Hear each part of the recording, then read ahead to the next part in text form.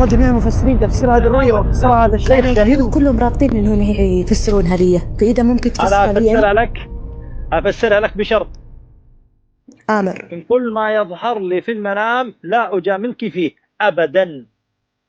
موافقة. 20 سنة ولا 5 أيام ما عندي مشكلة، لكن موافقة بشرط معي. تتحملين بكل شيء يظهر في المنام. أنا ما يلزمني يسجلون طيب. ما يسجلون، ينشرون ما ينشرون، أنا مالي شغل.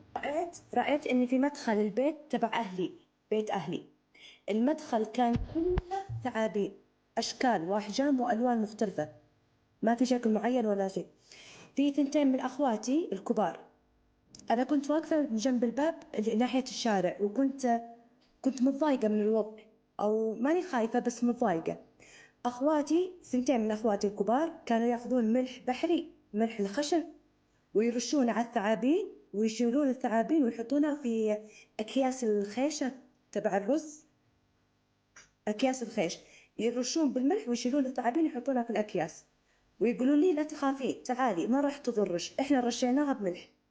وأنا كنت متضايقة وكنت أقول لازم أقول لأبويا، خلوني أطلع أقول لأبويا، وأخواتي يقولون لا تقومينا ولا تزعجينا خليه. أنا طبعا ما سمعت كلام إخواني وطلعت لأبويا، فتحت باب غرفة أبويا على أساس أعطيه خبر، حصلته نايم على سريره، لكن لقيت فيه ثعبان كبير وطويل لونه أصفر وأبيض. أبوك كم امرأة متزوج؟ من؟ كيف؟ أبوك كم امرأة متزوج؟ كم امرأة أبويا متزوج؟ على ذمته واحدة، وواحدة مطلقها. طبعا دخل الثعبان هذا الكبير الأصفر، أصفر وأبيض، داخل على أبويا من طاقة غرفته، من من الجحر أو خرج كذا صغير تحت الطاقة، كان يدخل على أبويا. بعدين صحيت من النوم. رأيت المنام. أمك مطلقة ولا في ذمة المال؟ لا أمي على ذمتها. المرأة المطلقة كانت المرأة على ذمته؟ كانت على لا ذمته لا يوم لا رأيت المنام؟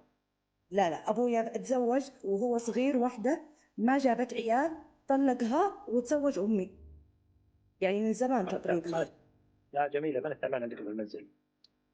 من إيش؟ التعبان، من المريض؟ كثير والله، الوالدة من وأخوات، المسحور؟ من المسحور؟ البيت كامل. نعم. المنام يدل على سحر، الله أعلم، صدق الله. طيب إيش؟ جميلة، خلاص. خلاص لا تجي خلاص. والله ما حد يعبنا بطلق. طيب إيه. خلاص، صدق الله.